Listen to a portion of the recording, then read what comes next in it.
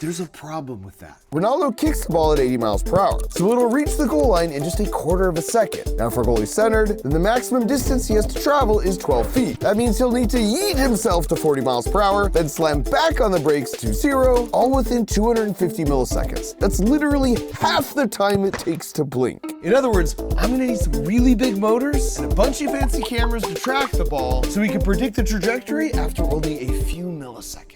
For the fancy camera part, we got ourselves 12 high-speed infrared cameras. So while a normal camera sees me and Ian and anything else that's randomly in the background, those 12 cameras only see one thing: this soccer ball. And that's because if you look real close on the soccer ball, we've got these little gray stickers called retroreflectors, whose surface is made up of tiny little glass spheres that bounce any light right back at the light source, like you see with those markers on the road or with road signs. So these cameras blast the scene with infrared light, and because they can only see infrared, the retroreflectors glow super bright relative to everything else. So when you compare exactly where the center of the bright spot is in all 12 images, and then do some really complicated math, you get a 3D position of where the ball is down to the nearest millimeter 500 times per second. For us, that means 6 milliseconds after being kicked, we now have 3 data points we can draw a line through to predict where the ball will end up. In other words, by the time Ronaldo's kick has traveled exactly this far, the goalie robot will already know exactly where it needs to be to block the shot. So we first needed to validate our tracking system by recording a kick that was faster than 70 miles per hour. And apparently Ian got Coach Landon's scouting report, because when I showed up, there were 2 D1 soccer players already there to take the kick instead of just asking me. Ian, I specifically remember telling you I can do that for you. I remember you saying that. I do. But I'm nothing if not a team player, so I volunteered to get in goal. I'm so confident, not only am I gonna block your shot, but I'm gonna get its speed at the same time. Please don't hit me.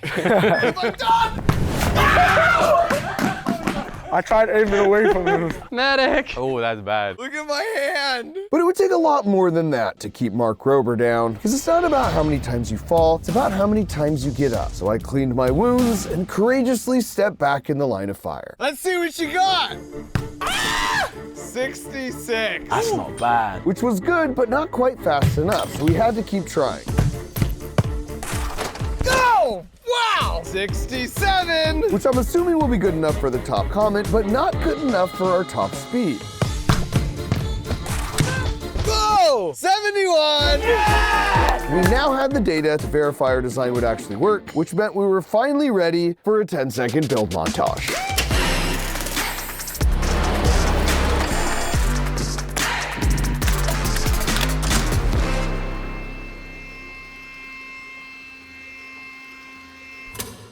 This is 1-to-1, no? Yeah, that checks. Here's how it works. Those cameras we talked about all plug into a computer that figures out super quickly in real time where the ball is going to end up, and then it sends that answer to the pair of 50 horsepower motors right here and here. Then each of those motors is attached to a belt that whips our carriage-mounted goal to the exact spot the ball will be, plus or minus the width of a human hair. So all that was left to do now is to see if it actually worked. We want to try to take a shot? Do you want to try and block a shot? Hands away from the keyboard. Here we go.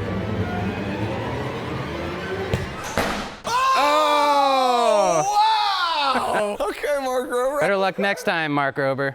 Now, to appreciate how tricky that is, there is a ton of data with over 5,000 camera frames updating the goalie position real time every second. The only problem was this warehouse was basically in the middle of nowhere with zero internet. So I hit up my besties at T-Mobile and they hooked us up, which meant we were firing on all cylinders thanks to the best network in the US. For my second shot, I tried to get tricky with the off-speed kick. Bring the heat. 3, 2, 1.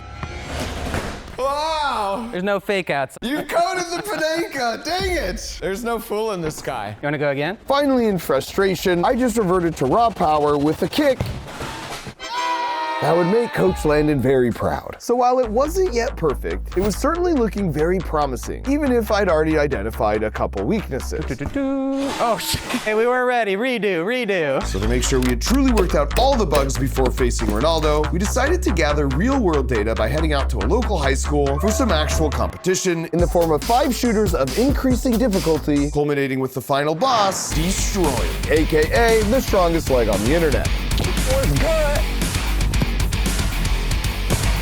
And we kick things off with what was certainly the most intimidating opponent to date. How fast can you kick? Really fast. Guess how fast Mark Rober can move? How fast? That fast! That's faster! All right, Science Bob, do the honors.